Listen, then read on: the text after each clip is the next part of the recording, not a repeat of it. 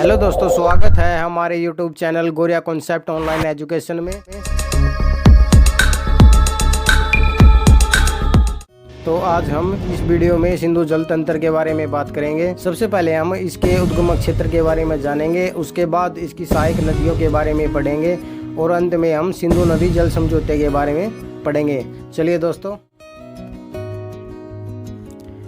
यह नदी तिब्बत के मानसरोवर झील के निकट सानोखयाबाब हिमनद नामक जलधारा सिंधु नदी का उद्गम स्थल है। इस नदी की लंबाई भारत में 1114 किलोमीटर है और इसकी कुल लंबाई है 2880 किलोमीटर है। यह लंबाई उद्गम स्थल से लेकर अरब सागर में गिरने तक की है। सिंधु नदी दमचौक नामक स्थान से भारत में प्रवेश करती है, जो जम्मू कश्मीर व लद्दाख के पास है। यह नदी भारत में लेह लद्दाख से बहती हुई कारगिल होते हुए बलूचिस्तान जाएगी। बाद में पूंजीगार, जो भारत का सबसे गहरा गार्ज है, पर एक मोड़ काटती हुई फिर गिलगित होते हुए नंगा पर्वत, जो हिमालय का पश्चिमी पर्वत है, उसकी ओर जाती है। फिर सिंधु नदी चिल्लास नामक स्थान से भारत से निकलते हुए पाकिस्तान में प्रवेश करती है, फिर जाकर अरब सागर में गिर जाती है। दोस्तों इस फोटो में देखो, यह सिंधु नदी है और यहाँ से भारत में प्रवेश करती है और यहाँ से इस रास्ते जाते हुए पाकिस्तान में प्रवेश करती है और बाद में अरब सागर में गिर जाती है। दोस्तों आप नोट कर लीजिए, सिंधु नदी भारत के चिल्लास नामक स्थान से निकलती है। दोस्तों ये महत्वपूर्ण पॉइंट है। सिंधु नदी को तिब्बत में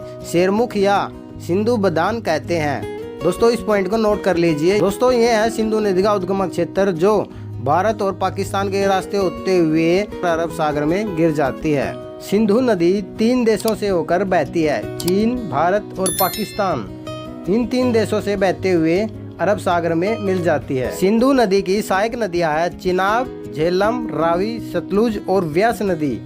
दोस्तों अब हम सिंधु नदी की सहायक नदियों के बारे में कुछ महत्वपूर्ण पॉइंट्स पढ़ेंगे, जिन्हें आप अच्छे से याद कर लेना। दोस्तों पहली सहायक नदी है चिनाब नदी। दोस्तों चिनाब नदी सिंधु नदी की सबसे बड़ी सहायक नदी है। इसका उद्गम क्षेत्र है हिमाचल प्रदेश के K12 लारा दर्रे से होता है। हिमाचल प्रदेश में इस नदी का निर्माण 2 नदियां चंद्रा व बागा नदी से होता है। इसी कारण से हिमाचल प्रदेश में इसे चंद्रभागा नाम से जाना जाता है। झेलम नदी सिंधु नदी की सहायक नदी है। इसका उद्गम क्षेत्र कश्मीर घाटी के बैरीनाग के निकट होता है।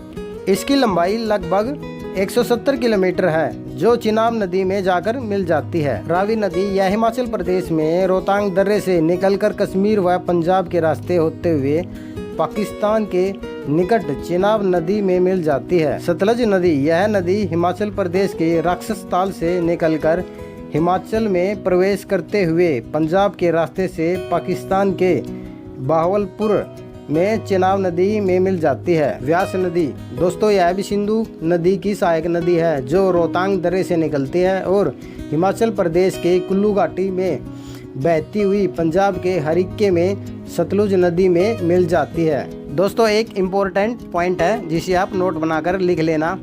पंजाब के हरिक्के क्षेत्र में व्यास नदी व सतलुज नदी के संगम से देश की सबसे लंबी नहर इंदिरा गांधी नहर निकलती है, जो पंजाब राजस्थान से होकर गुजरती है। इसकी लंबाई लगभग 170 किलोमीटर है। दोस्तों जम्मू कश्मीर का लेह शहर सिंधु नदी के दाईं तरफ बसा हुआ है। दोस्तों अब हम सिंधु जल समझौते के बारे में पढ़ेंगे। 19 सितंबर 1960 को भारत और पाकिस्तान के बीच एक समझौता हुआ, जिसे 1960 की सिंधु जल संधि कहते हैं। इस जल संधि पर भारत के तत्कालीन प्रधानमंत्री जवाहरलाल नेहरू और पाकिस्तान के तत्कालीन राष्ट्रपति अयूब खान ने रावलपिंडी में हस्ताक्षर किए थे कि 12 जनवरी 1961 से जल संधि की शर्तें लागू कर दी गई थी। इस समझौते के तहत 6 नदियों के पानी का बंटवारा तय हुआ, जो भारत से पाकिस्तान की ओर जाती हैं। जो 3 पूर्वी नदियां रावी, व्यास और सतलज के पानी पर भारत को पूरा हक दिया गया। बची हुई शेष 3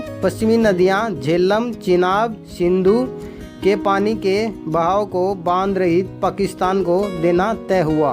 दोस्तों यह सिंधु जल समझौता था, जो भारत व पाकिस्तान दोनों देशों के बीच 1960 में हुआ था। दोस्तों ये सिंधु नदी के कुछ महत्वपूर्ण पॉइंट थे, जो पिछली परीक्षाओं में पूछे गए थे, जिसे आप अच्छे से याद कर लेना। और दोस्तों हमारे द्वारा दी गई जानकारी अच्छी लगे तो कमेंट सेक्शन में जरूर बताना। और दोस्तों चैनल पर प्रीवियस ईयर की परीक्षाओं में पूछे गए महत्वपूर्ण प्रश्नों के बारे में इसी तरह की वीडियो अपलोड की जाती हैं। अगर दोस्तों वीडियो पसंद आए तो चैनल को जरूर सब्सक्राइब करना। धन्यवाद दोस्तों।